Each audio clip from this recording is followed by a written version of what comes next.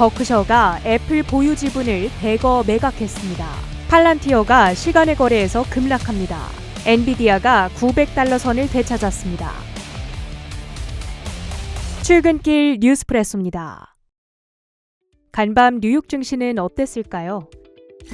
미국의 고용시장이 둔화되고 있다는 시그널이 포착되면서 금리 인하에 대한 시장의 기대감은 되살아났는데요. 그러면서 3대 지수 모두 3일 연속 랠리를 이어갔습니다. 간밤에는 특히 기술주 강세에 힘입어 나스닥 지수가 1.5% 올랐습니다.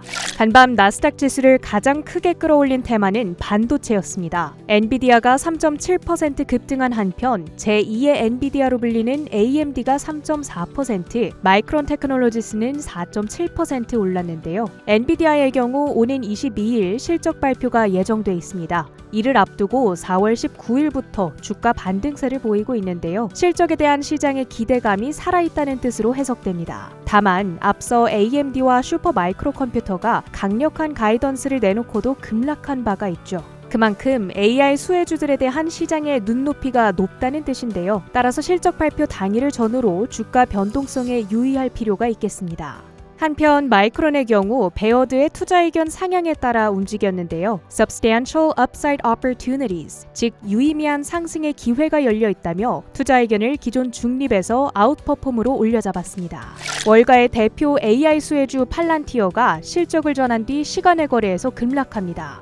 지난 분기 실적은 양호했습니다. 그럼에도 주가가 시간의 급락 반응을 보이는 이유는 연간 가이던스에서 찾아볼 수 있는데요. 올해 연간 가이던스 최대치를 26억 9천만 달러로 제시했는데 이는 시장의 기대치였던 27억 1천만 달러를 밑도는 수준입니다. 그러면서 애프터마켓에서 낙폭을 9%까지 확대했는데 내일 정규장 반응도 지켜봐야겠습니다.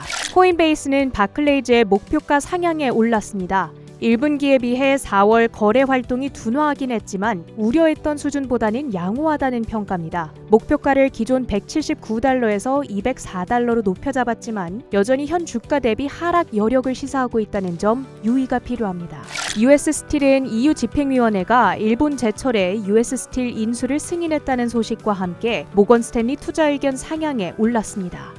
저가 항공사 스피릿 항공은 예상보다 큰 손실폭을 발표하며 9%대 급락했습니다. 중국의 전기차 기업 리오토는 인기 SUV 모델 L6의 주문량이 견조하게 나타나며 4%대 급등했습니다. 출근길 뉴스프레소, 시장을 움직인 주요 외신도 정리해볼까요? 지난 금요일 발표된 미국의 4월 고용보고서 결과부터 살펴보시죠.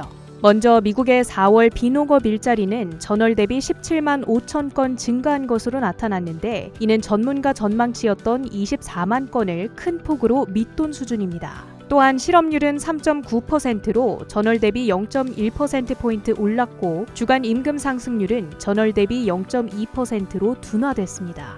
전반적으로 고용시장이 둔화되고 있다는 시그널을 보내주고 있는데요. 이는 연준의 금리 인하에 대한 기대감으로 이어지며 시장 상승의 주된 동력으로 작용했습니다. 주말 사이 버크셔 해서웨이의 연례 주주총회가 개최됐습니다. 이 자리에서 버크셔는 올 1분기 애플 주식을 13%가량 매도했다고 밝혔는데요. 지난해 4분기에 이어 2분기 연속 애플 주식을 매각한 겁니다. 그러면서 시장 일각에서는 버핏이 애플의 미래를 부정적으로 보는 게 아니냐는 관측이 제기되기도 했는데요. 이에 대해 버핏 회장은 올해 말까지 애플이 버크셔의 투자 포트폴리오에서 여전히 가장 큰 비중을 차지할 가능성이 크다면서 애플에 대한 지속적인 애정을 드러냈습니다. 상품 선물 시장 움직임은 어땠을까요? 국제 유가는 가자지구 휴전 협상 진행 상황을 주시했습니다. 하마스 측은 휴전안을 수용한 한편 이스라엘은 이를 받아들일 수 없다는 입장을 표명한 상황인데요. 이에 따라 유가는 6거래일 만에 상승 전환했습니다. 한편 금리 인하에 대한 기대감이 살아나며 달러 가치는 하락했는데요. 이에 따라 달러와 반대로 움직이는 금 가격은 오름세를 나타냈습니다.